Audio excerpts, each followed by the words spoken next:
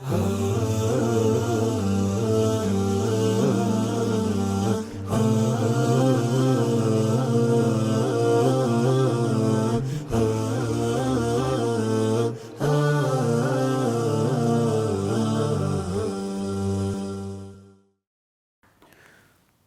لله والصلاة والسلام على رسول الله أما بعد. بسم الله الرحمن الرحيم. څلېرشتمه حلقه د العروة الوثقا فنوم باندې حدیث کې راځي د عبدالله ابن مسعود رضی الله تعالی عنه روایت ته مرفوعا چې ان من شرار الناس من تدركهم الساعة وهم احیاء والذین یتخذون القبور مساجدا.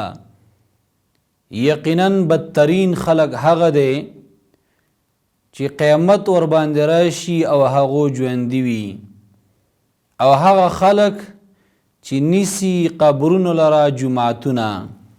محترمو په حدیث کې دوه خبرې دا ذکر شوي دي. یو دا چې بدترین خلق هغه دي چې هغه ژوندي وي او قیامت پر واقع شي، ځکه قیامت دا په شری خلکو باندې واقع کیږي.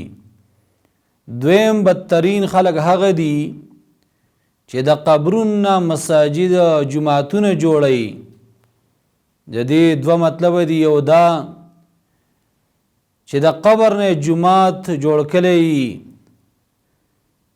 یعنی قبر ته سجدې کوي، تعظیم کوي، یا یې قبله طرف ته جوړ کړي او منځونه ورته کوي، دعاګانې ترې غواړي. نو محترمو دا خو شرک دی. دویم دا چې په جماعت کې قبر جوړ کړي شي، لکه بعضي جماعتونو کې قبرونه دا جوړ کړي شوي وي، اگر چې دا خلک شرک نه کوي، خدا هم صحیح نه ده، ځکه چې دا هم وسیله او ذریعه د شرک ته.